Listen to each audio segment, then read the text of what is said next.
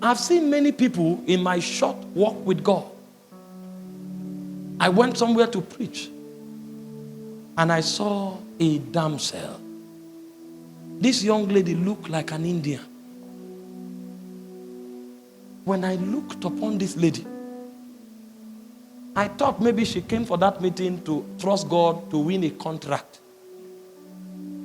Because everything about her showcased excellence and glory. But to my greatest dismay, the lady was seeking God to get married. I said, it's not possible. What do you mean? Unless every man in where you live is blind. How old are you? I'm 38 years old. What? Have you been locked up in your room all your life? How come? She said nobody has asked her out in the last 7 years. That was the day I discovered that there's a mystery about light and darkness.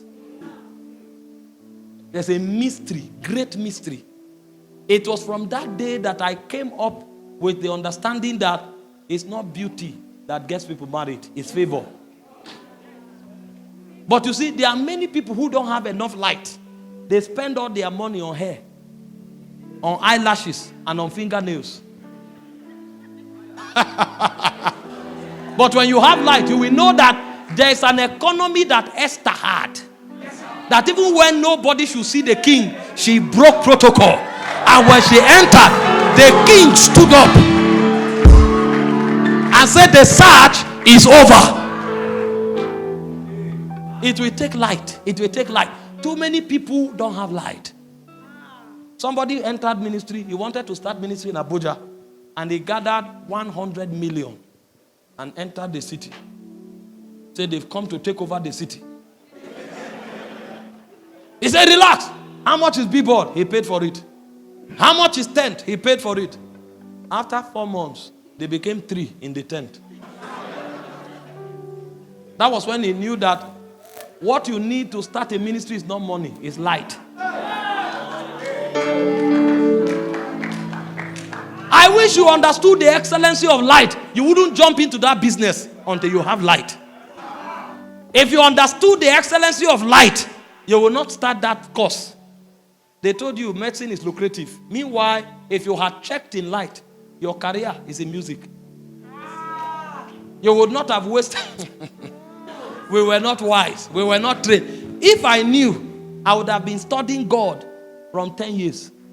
If I knew this is where I would end, I was in the studio with lab coat. All the chemicals I studied, I have not used one. Because I didn't have light.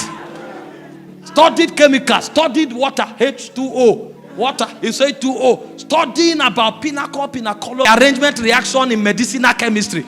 I didn't need any of them. But there was no light. There's nothing wrong in schooling. But if I had light, I would have schooled in the direction of my call.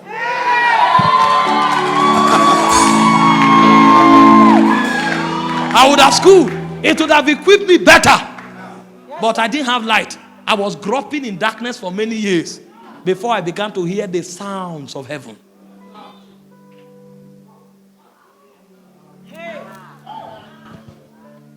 Why wouldn't I be studying political science if I'm a politician? If I knew that my place is in government? Why would I not be studying about business, economics, business realities if I know my place is in the economic world? Why would a businessman be studying theology? Because there's no light. And when you finish your master's, you will now need to go back for apprenticeship to learn your life and your calling. And so what light comes to do is that it gives you authority for rulership, and then it gives you power to crush the enemy. There are most of you here, the challenge that your family is going through, the challenge your ministry is going through, the challenge you are going through is darkness at work. If you had one flicker of light shine through that darkness, that challenge would have crumbled. And so the excellency of the presence, the glory of the presence is the fact that the presence furnishes you with light. Light that is consistent with your destiny. He looked at Jeremiah. He said, before you were formed in your mother's womb, I knew you. I ordained you and I sanctified you to be a prophet. You are not a priest. Your great-grandfather, your grandfather, and your father may be priests. You are a prophet. And your order of the prophetic is to uproot and to plant. And so when Jeremiah enters a city, he knows that he's an architect of civilization. If he sees something that is not consistent with the will of God, he can say, by this time next year, vanish from the face of the earth. Because he found his destiny. That kind of precision and accuracy, you can't pick it in the market. You can't pick it in the Bible school. You will only pick it in the presence. The greatest crisis of destiny is dislocation. Men that should go to Nineveh are on a boat going to another direction. And because they are not in the direction of their destiny, all their efforts count for nothing. Hear this. Your effort will be wasted until light comes to you. I've taught many times, if you are in the wrong direction, speed is not an advantage. Imagine if I'm supposed to go to Benue and I face Gombe. I'm driving on high speed. I have an accident. I stop, change the tire. Engine knock, I repair it. Put in all the labor. After 2 days, I will now arrive Gombe. I'm farther from my destination. But if I had light and somebody tells me, take left, not right, all of that waste wouldn't have been necessary. The excellency of the presence is that the light of God is furnished. And that light gives you authority to prosecute destiny. And that light gives you authority to destroy the enemies of your destiny. You are not a victim. You are just in darkness. And the moment light comes to you, you will discover how helpless the devil is. The devil is not as strong as he parades himself to be. He's a defeated foe. He's having spoiled principalities and powers. He made a public show of them, triumphing over them by the cross. The devil is not powerful.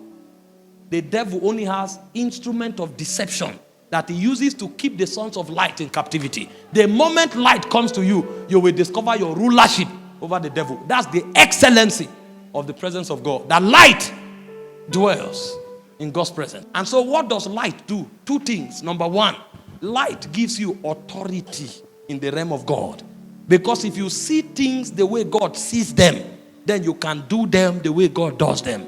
Jesus said that everything I do is what I see my Father do that I do. So light is the symbol of authority in the spirit realm. In Job chapter 38 verse 4, it said, declare now if you have understanding. What gives you the right to change things? What gives you the right to speak? What gives you the right to change things is the measure of light that is in you. If you have no light, you have no authority in the realm of God. What gives men power and authority in the realm of God is the light with which they are walking. In John chapter 1 verse 4 to 5, it said the light shines in the darkness. And it said the darkness comprehended it not. Every time light comes to you, you become an authority. And so the way God strengthens his servants is that he allows his light to shine upon them. You know the moon has no light. The light of the moon is received from the sun.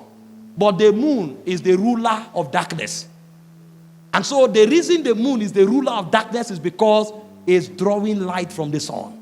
That's how we also live and exercise authority on the face of the earth. Because every time we interact with the light of God, we begin to exercise authority. And Job said in Job 29 verse 3, he said, by light I walk through darkness.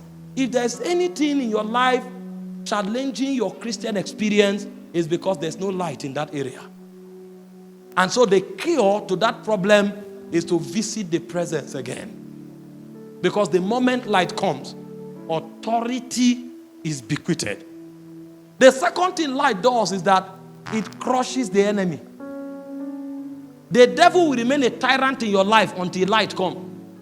The moment light comes without talking, the devil will run. See what you are struggling with. There are some men that if they show up, they won't need to talk. That thing will vanish forever and ever because they came. Not because they are speaking, but because the light they carry is a witness in the realm of the spirit. In 2 Thessalonians chapter 2 verse 8, it said, and then shall the wicked be revealed, whom the Lord shall consume with the spirit of his mouth, and he shall destroy with the brightness of his coming. Light destroys darkness. If there is a darkness in your life, what the presence of God will do for you is that it will give you light to destroy that darkness. It can be sin, it can be poverty, it can be failure, it can be near success syndrome. It doesn't matter. Darkness has no authority in the dwelling of light. The authority of darkness ends in darkness. But the boundary of light's authority begins from darkness. The moment light shows up, darkness bows. It's a non-negotiable reality. It is eternally so. He said the light shines in the darkness. The darkness knows that it doesn't have the power to comprehend light. And so when you begin to do business in God's presence, the first thing God will do is that he will give you light. He will give you light. That light will give you authority. And that light will empower you to destroy darkness.